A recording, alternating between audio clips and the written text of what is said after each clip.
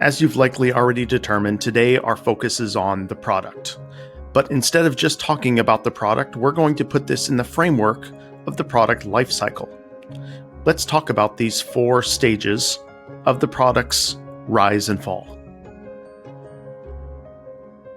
Before we as consumers even see a product on the market, a company has to decide to launch their product and make it available. Some common questions that should be answered include: does the product fit the company's mission? Does research show that there's a target audience?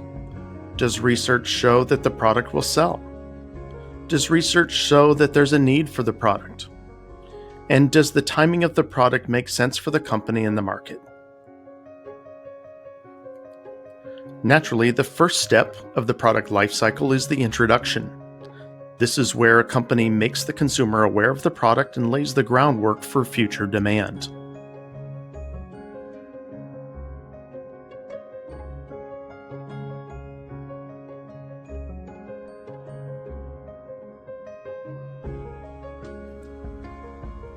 When a company decides to launch a new product, it typically starts with a brainstorming session followed by the screening of those ideas. Next comes a written proposal, then a design, then research to test the product, followed by the launch, and then an evaluation of its acceptance. During the introduction stage, not only is it important to produce the product in large quantities, but make sure that you promote the product's features. Features are characteristics or attributes that set itself apart from the competitors.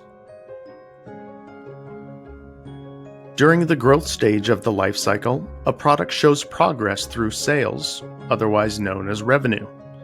You may also find that other companies begin to offer their own versions of the product that you've made.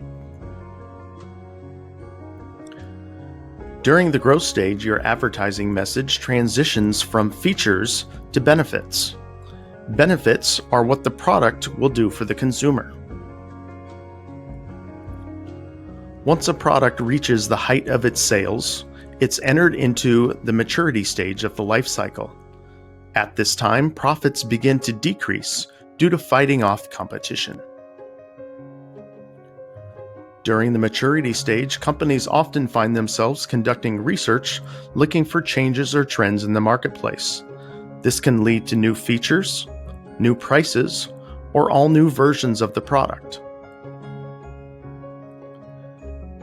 If a company is unable to find a resurgence for their product, they've entered into the decline stage. Sales and profitability continue to fall due to substitutes that better meet the needs of their consumers. Just like there are many reasons why products become unprofitable, there are many different options following the decline of a product. A company could put more money into it, otherwise known as recommitting. It could regionalize the product, which means it sells only where it's profitable. They could sell or license it. They could discount it, or they could simply just let it fade to black and let it die on its own.